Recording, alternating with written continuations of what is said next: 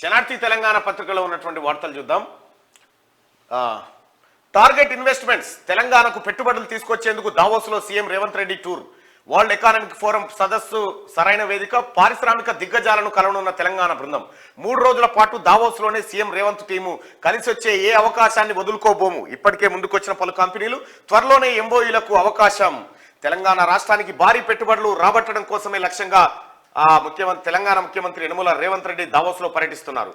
10 ఏళ్లుగా తెలంగాణ రాష్ట్రం క్షేత్రస్థాయిలో ఘోరంగా వెనుకబడింది. గత 10 ఏళ్ల కాలంలో పేరుకు పెద్ద పెద్ద కంపెనీల పెట్టుబడులు అనే ప్రకటనలు కల్పించిన ఆ కంపెనీలు ఎక్కడ ప్రారంభమయ్యాయో, అసలు ఎన్ని కంపెనీలు వచ్చాయి, ఎంత పెట్టుబడులు పెట్టాయి, చిదంబర రహస్యం అనే చెప్పాలి. ఇలాంటి పరిస్థితుల్లో దావోస్లో జరుగుతున్న వరల్డ్ ఎకనామిక్ ఫోరం వార్షిక సదస్సు తెలంగాణ ప్రాంతానికి అంది వచ్చిన చక్కటి అవకాశం అనే చెప్పాలి. దానికి తగ్గట్టుగానే సీఎం రేవంత్ రెడ్డి తన టీంతో దావోస్లో పక్కా ప్రణాళికతో ముందుకు సాగుతుండడం గమనార్హం. ఇక నిజానికి గతంలో దావోస్ పర్యటనలకు మంత్రి కేటీఆర్ సారథ్యంలో అధికారుల బృందం వెళ్లేది. కానీ ఏనాడు అక్కడ ఏం ఎంఓఈలు జరిగాయి, ఎన్ని కొత్త కంపెనీలు, ఎన్ని వేల కోట్ల పెట్టుబడులు అన్న లెక్కలు ఆ దేవుడికే తెలియాలి.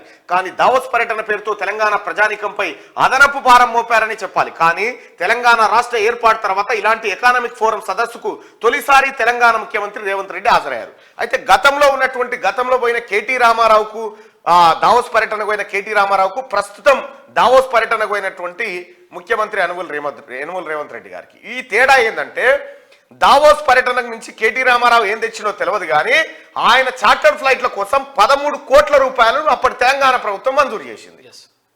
13 కోట్ల రూపాయలు కాలు తిరిగేతందుకు 13 కోట్లు. ఓ టూర్కు పోయినట్టే ఉంటుంది మనోనికి కాకపోతే కేటీ రామారావుకు. అది తెచ్చింది లేదు, ఒక పీస్ లేదు. వీడికి ఎవరైనా కంపెనీ పెడతందుకు వస్తే నాకెంత నీకెంత అంతే భూమి ఇస్తా. నేను గాయాల చెప్పలే. ఒక ఆయన 50 ఎకరాల భూమి, ఒక ఆయన అడిగింది 5 ఎకరాలు.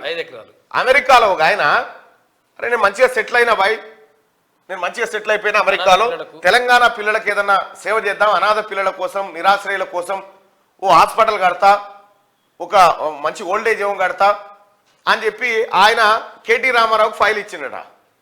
ఫైల్ ఇవ్వగానే కేటీ రామారావు దగ్గర నుంచి ఇంకొక ఆయన బినామీ తీసుకొని, ఎంత కావాలి మీకు అంటే 5 ఎకరాలు కావాలన్నట.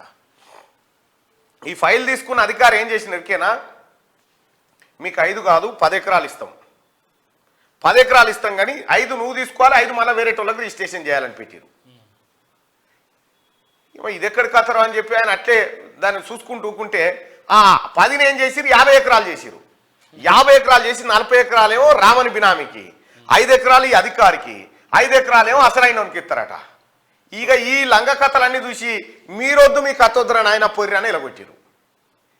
ఇగో ఈ రకంగా ఎన్ఆర్ఐలను కూడా భయపెట్టిరు అప్పట్లో కేటీ రామారావు గ్యాంగ్ అంతా. ఇది అవద్దమ్మా కేటీ రామారావు నీ అంతరాత్మ సాక్షికి తెలిసి జరిగిందన్న విషయం. ఎందుకంటే బాధితుడే అనేక మార్లు నాతో పాలు పంచుకున్న పరిస్థితి.